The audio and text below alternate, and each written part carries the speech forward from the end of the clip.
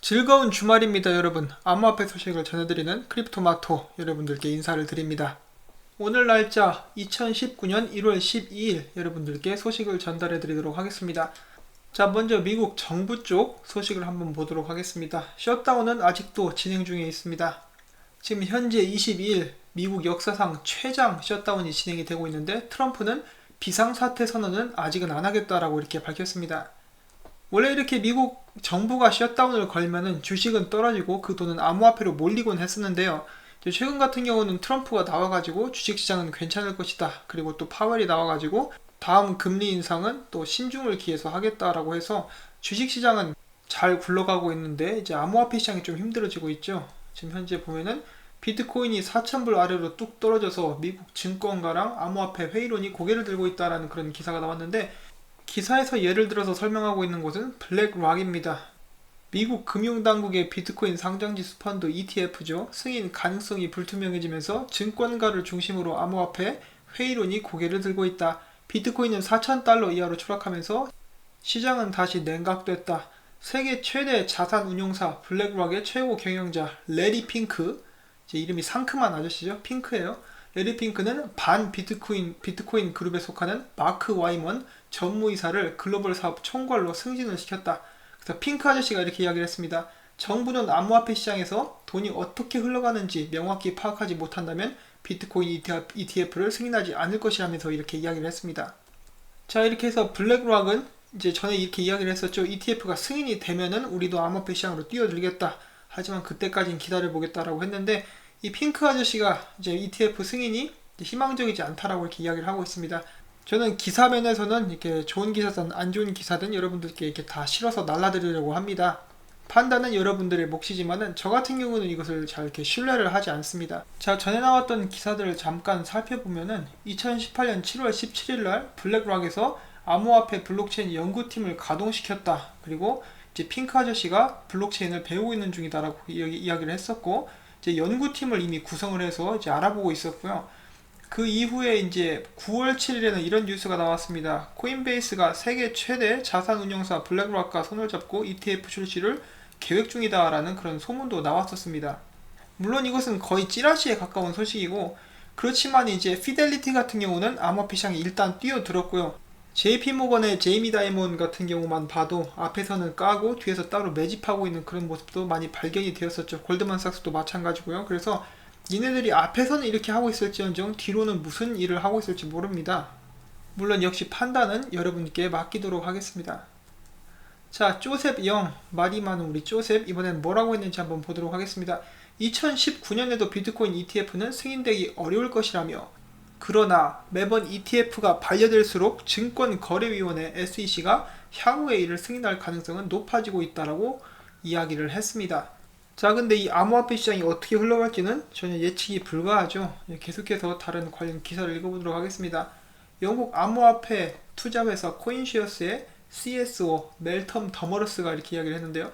비트코인 ETF가 미국 증권거래위원회의 승인을 얻지 못할 것이라고 역시 이렇게 이야기를 했습니다. 이와 관련해서 그는 미국 증권거래위원회와 미국 선물거래위원회는 미국 정치 상황을 최우선 순위로 고려한다며, 민주당이 하원, 공화당이 상원을 차지한 현재 비트코인 ETF 등 금융혁신에 대해서도 상하원 간의 이해관계가 충돌할 것이다, 이렇게 이야기를 했습니다. 양당 모두 ETF 승인을 통해 얻을 수 있는 이점이 없는 상황이라고 말을 했는데, 이에 반해서 지금 그 양당 하원 의원이 밀고 있는 법이 있죠. 바로 SEC가 암호화폐 관리를 못하도록 하는 토큰 분류법을 이렇게 준비를 하고 있는, 여기 있는 이 데런 소토 의원의 말을 들어보도록 하겠습니다. 증권이 아닌 대다수의 암호화폐는 증권거래위원회가 아닌 SEC가 아닌 상품선물거래위원회 및 연방거래위원회 규제를 받아야 한다라고 이렇게 말을 했습니다.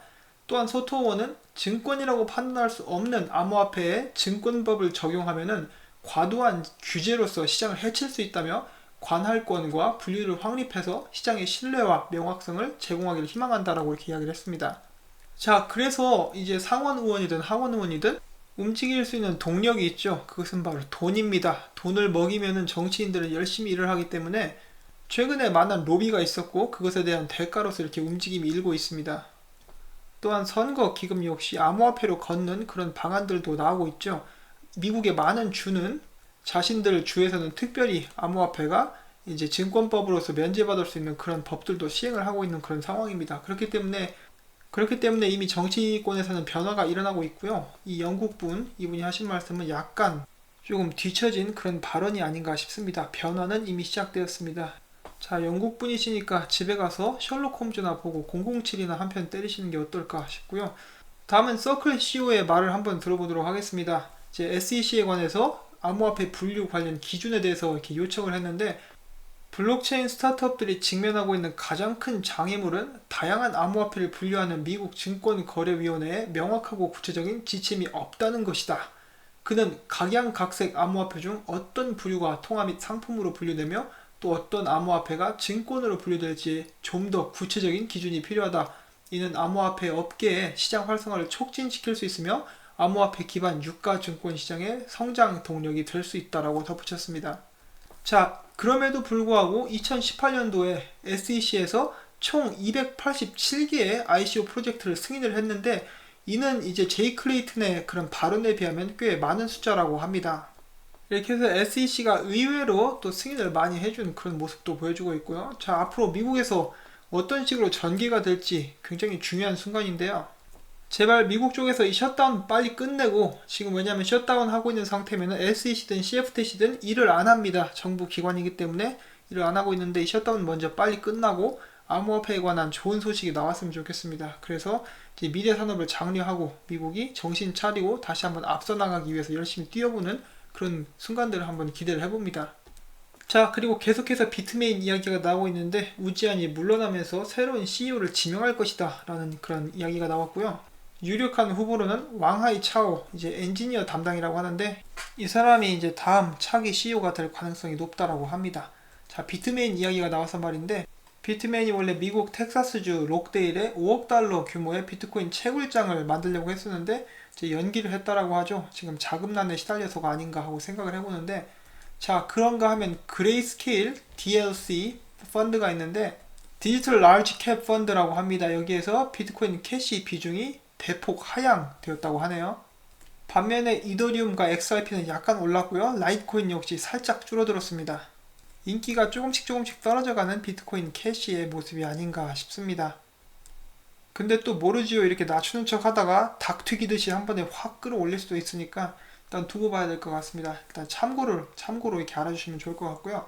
이제 그 반면에 비트코인 같은 경우는 라이트닝 네트워크의 발전이 이제 굉장히 빠르다라고 합니다. 이제 라이트닝 네트워크 같은 경우는 발전하게 되면은 기존에 있는 암호화폐들, 알트코인들과도 겨룰 수가 있게 되죠. 가격도 싸지고 속도도 빨라지기 때문에 비트코인의 실사용화를 이제 곧 기대를 해봐도 좋을 것 같습니다. 그 다음에 이제 비트코인 이야기가 나와서 말인데, 어제 대량의 비트코인이 이동을 했었죠. 무려 13만 5개가 움직였습니다. 비트렉스에서 언노운 월렛으로 이렇게 알려지지 않은 지갑으로 이동을 했는데, 많은 사람들이 이거 보고 까무러쳤습니다. 아니, 이 정도 금액을 사재기 할 수 있는 사람이 누가 있단 말인가, 이거 혹시 러시아의 소행이 아니냐, 러시아에서 비트코인 사서 모으고 있다, 이렇게 이런 이야기가 나왔었는데, 나중에 알고 보니까 비트렉스에서 점검하는데 잠깐 올린 것이다 라는 공지가 올라왔다라고 합니다.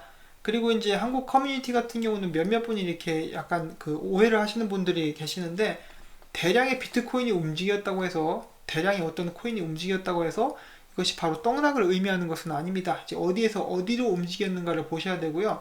여기서 있는 것 같이 거래소에서 지갑으로 옮겨진 경우는 보통 보관을 하기 위함이고요. 지갑에서 거래소로 옮겨지는 것은 대부분 팔아치우기 위함이라고 이렇게 생각을 하시면 될 것 같습니다. 뭐 100% 맞지는 않지만요. 자, 그 다음에 이 거래소 이야기가 나와서 말인데, 이제 최근에 2억 개가 되는 스텔라가 움직였습니다. 언노운 월렛에서 알려지지 않은 지갑에서 SDF 어카운트로 움직였는데, SDF 같은 경우는 스텔라 디벨롭먼트 펀드라고 해가지고 스텔라 개발하는데 비용을 지불하는 그러한 펀드이자 어카운트라고 합니다. 그래서 좀 불안하죠. 근데 여기에 이어가지고 어떤 일이 있었냐면은, 이 SDF 어카운트에서 바이낸스로 3천만 개 정도가 이동을 했습니다. 이거는 아무래도 판매를 위한 목적으로 이동을 시킨 게 아닌가 하고 이렇게 의심이 되고 있고요. 이 움직임이 포착된 것이 이제 미국 날짜로 1월 10일이었고요. 그 다음에는 이제 1월 9일이었습니다. 1월 9일 날 SDF로 옮기고 SDF에서 이제 3천만 개를 바이낸스로 옮겼습니다. 자, 부디 떡락이 오지 않기를 바라면서 영상을 계속 진행을 하도록 하겠습니다. 자, 월드뱅크에서 이번에 어두워지는 하늘에 이렇게 관한 보고서를 발표를 했는데, 이 보고서에는 이 어두워지는 하늘이 말 그대로 먹구름이 들어워진다라고 이렇게 이해를 하시면 될 것 같고요. 이제 경기 침체에 대해서 이야기를 하고 있습니다. 그것에 대한 주요 원인은 이제 진행 중인 무역 전쟁 관련 긴장감, 그리고 적당한 산업 생산 및 신흥시장인 국가에 대한 금융 서비스의 스트레스 증가라고 하네요. 그리고 또한 지금 현재 전 세계 부채 때문에 이제 안 좋은 일이 일어날 것이다라고 예측을 하고 있는데, 자, 그것에 관련해서 갈 곳을 잃어가는 미국 달러 대안은 암호화폐가 될 수 있을 것인가? 잠깐 읽어보도록 하겠습니다. 중국, 인도, 이란, 터키, 러시아, 베네수엘라를 비롯한 전 세계 여러 국가들이 주권을 회복하기 위해서 미국 달러를 버리고 이를 대신할 지불 수단을 찾고 있다. 참고로 이 기사는 좀 된 겁니다. 미리 말씀드려야겠네요. 1월 4일이니까 이제 한 일주일 정도 됐다라고 볼 수가 있겠는데, 계속 읽어보도록 하겠습니다. 이 날짜에 민감하신 분들이 계셔서 제가 날짜를 소개를 해드렸고요. 자, 중국은 금 보유량 증강, 위완화 기반의 원유 선물 발행 및 교역 국가의 거래에서 위완화를 사용하는 등의 조치를 통해서 위완화를 강화하고자 나섰다. 러시아, 이란 및 터키의 경우 정치적 분쟁으로 인해 제재 조치를 통해 미국 달러를 밀어내고 있다. 이와 같은 조치는 인도와 같은 국가에서 국제 무역 거래에 있어 미국 달러가 아닌 다양한 국가의 통화를 사용하면서 더욱 발전하고 있다. 터키는 인플레이션 우려에 대한 돌파구를 모색하고 있으며, 다른 국가의 경우 미국 내 불안한 정책으로 인해 점차 달러의 변동성이 증가하면서 달러 사용을 원치 않고 있다. 특히 베네수엘라는 오랫동안 달러화에서 벗어나고자 방법을 강구해왔으나 이러한 목표를 무작정 쫓는 과정에서 발생하는 비용을 발단으로 엄청난 초인플레이션과 부딪혔다. 한편 최근 러시아는 대안적 지불 채널을 갖추기 위한 시도의 일환으로서 글로벌 금융 메시징 플랫폼인 스위프트에 대한 자체적인 대안을 마련한 바가 있다. 그리고 또한 암호화폐를 통해 대안을 모색하다. 일부 국가들의 경제 성장에 힘입어 이들의 통화는 지난 미국 달러화에 비교했을 때보다 더욱 널리 받아들여지고 더욱 큰 신뢰를 구축해왔다. 그러나 경제 성장이 상대적으로 덜 두드러지거나 신뢰의 기반이 약한 국가의 경우 널리 받아들여지고 다른 정부에 의존할 필요 없이 신뢰할 수 있는 암호화폐가 제3자 통화 옵션을 제공하고 있다. 이에 따라 사람들은 주권 정부가 재정적 및 통화적 책임을 질 것을 신뢰하는 대신 암호화폐의 컴퓨터 코드를 신뢰를 할 수가 있다. 자, 미국 달러가 강세인 것은 사실입니다만 이것이 언제까지 지속될지 그 누구도 알 수가 없습니다. 지금 많은 나라들이 달러화에서 벗어나려고 그런 움직임을 보여주고 있고, 미국 또한 부채에 이제 힘에 겨워가지고 허둥지둥 되고 있기 때문에 이 다가오는 미래 어떤 일이 어떻게 발생할 수 있을지 아무도 모를 것입니다. 그렇지만은 이제 이런 상황을 인지하는 것과 전혀 모르고 있다가 뒤통수 맞는 것은 완전히 다른 것이기 때문에 우리들이 이런 것을 계속해서 주시를 하고 저희들 삶을 위해서 조금씩 대비를 하는 것이 어떤가 하고 이렇게 생각을 해봅니다. 자, 다음은 암호화폐 최근 폭락에 관한 기사인데요. 암호화폐 뚜렷한 이유 없이 급락, 그리고 이것이 더 문제다. 전문가들은 뚜렷한 이유 없이 급락하는 것은 투자 심리가 그만큼 좋지 않다는 뜻으로 이것이 더 문제라고 입을 모으고 있는데, 내가 보기에는 니들이 더 문제다. 자, 일단 농담이고요. 이제 이것은 사실 이제 굉장히 걱정되는 부분이기는 하죠. 여기에 있는 답글, 이 기사의 답글을 보면은 진짜 가관입니다. 암호화폐를 완전 쓰레기로 만들고 투자하는 사람들을 전부 다 투기꾼으로 만들고 있는데, 그만큼 지금 모든 사람들의 시야가 1차원적에 갇혀있고 시야가 대한민국에 딱 가둬져 있습니다. 제가 암호화폐 가격이 더 떨어지지 않을 것이라고 말씀을 드리는 게 아니라 더 떨어질 수도 있어요. 저는 3,150불까지 보고 있기 때문에 얼마든지 더 떨어질 수가 있습니다. 3,150불 혹은 2,900불 때까지 이렇게 떨어지지 않을까라고 이렇게 생각을 해보고 있는데, 이제 중요한 것은 암호화폐가 사라질 것인가, 정말 비트코인이 빵원이 될 것인가, 그것에 대한 답을 우리 스스로가 내려야 된다라고 이렇게 생각을 하고 있습니다. 그 답을 확실하게 내릴 수 있으면은 다음에 우리가 무엇을 해야 될지는 자동적으로 정해지기 때문이겠죠. 저 같은 경우는 이런 미디어의 움직임보다는 이제 전 세계 기관들, 돈 많은 사람들이 어떻게 움직이는가에 더 예의주시하는 게 맞는 방법이 아닌가라고 이렇게 생각을 해봅니다. 자, 플립사이드 크립토 장기 휴면 상태 비트코인 지갑들이 다시 활발하게 움직이고 있다. 이런 기사가 나왔는데, 이제 그동안에 쉬고 있었던, 겨울잠 자고 있었던 암호화폐 지갑들이 움직이고 있다고 합니다. 상당수의 비트코인 보유자는 지난 6개월부터 2년 반 동안 지갑을 이용하지 않았지만은 최근 보유자들의 지갑에서 비트코인이 이동되는 것을 포착했다. 이는 2018년 10월부터 시작됐다라고 밝혔습니다. 자, 뭔가 일어나고 있는지 궁금하네요. 자, 그 다음에 구라 형님이 프린스턴 대학의 암호화폐로 기부금을 후원을 하였습니다. 그 다음에는 바이낸스가 최근 미국의 제재를 받은 그런 나라들에서 철수하는 가운데 이 암호화폐, 동유럽 최대 암호화폐 거래소 EXMO가 이제 사용자 수가 6배로 늘었다고 하네요. 그 다음에 미국의 대형 금 거래소인 JM 뷰리온에서 비트코인으로 결제를 할 수 있게 되었습니다. 디지털 금으로 현실 세계의 금을 살 수 있는 그런 통로가 완성이 되었네요. 자, 그 다음에 미국 FSA 암호화폐 거래소 등록 심사 세분화 6개월 이상 소요라고 되어 있는데, 이제 암호화폐 거래소 라이선스를 신청한 곳이 180곳이나 된다라고 합니다. 일본 내에만 180개가 넘는 거래소들이 생겨나고 있다고 볼 수가 있겠죠. 이제 어마어마합니다. 숫자가 굉장히 많이 늘어나고 있습니다. 비탈릭 부테린이 이번에 콘스탄티노플 하드포크에 대해서 이름을 하드포크가 아닌 네트워크 업그레이드로 하자라고 이렇게 제안을 했다라고 합니다. 그 이유는 바로 이제 체인 분리가 일어나지 않기 때문이다 라고 이렇게 이야기를 했는데요. 일단 이 하드포크가 성공적으로 이루어질 수 있기를, 아니 그 네트워크 업그레이드가 성공적으로 이루어질 수 있기를 저는 바라봅니다.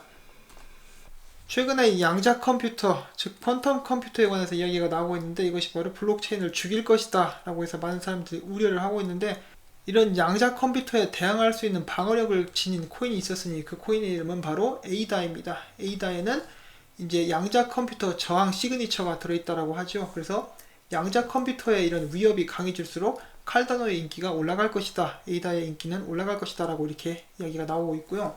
그에 이제 더해서 에이다 같은 경우는 이번에 본부를 홍콩에서 미국 와이오밍주로 옮겨간다라고 합니다. 이 와이오밍주에서 블록체인 및 암호화폐 산업을 장려를 해준다라고 하네요. 그래서 이제 옮겨간다고 하는데, 이제 찰스는 기뻐했다라고 합니다. 그래서 왜냐하면 그가 콜로라도에 살고 있고 콜로라도와 와이오밍은 가깝기 때문이라고 하는데요. 거기에서도 정말 많은 먹방을 한번 기대를 해봅니다. 자, 주말인데도 불구하고 계속해서 소식들이 쏟아져 나와서 제가 나름 정리를 해서 여러분들께 이렇게 전달을 해드렸습니다. 이 소식과 영상들이 여러분들께서 암호화폐 시장에서 일어나고 있는 전반적인 일들을 이렇게 알아보시는 데 도움이 되실 수 있기를 바라면서 영상을 마치도록 하겠습니다. 영상이 도움이 되셨다면 좋아요와 구독, 그리고 수고했다는 의미로 광고 한 편만이라도 처음부터 끝까지 봐주시기를 부탁을 드리고 싶습니다. 제가 영상을 계속해서 만드는 데 큰 도움이 됩니다. 시청해주신 여러분들께 진심으로 감사드리면서 저는 이만 물러가도록 하겠습니다. 행복한 토요일 보내시기를 바랍니다. 안녕히 계십시오.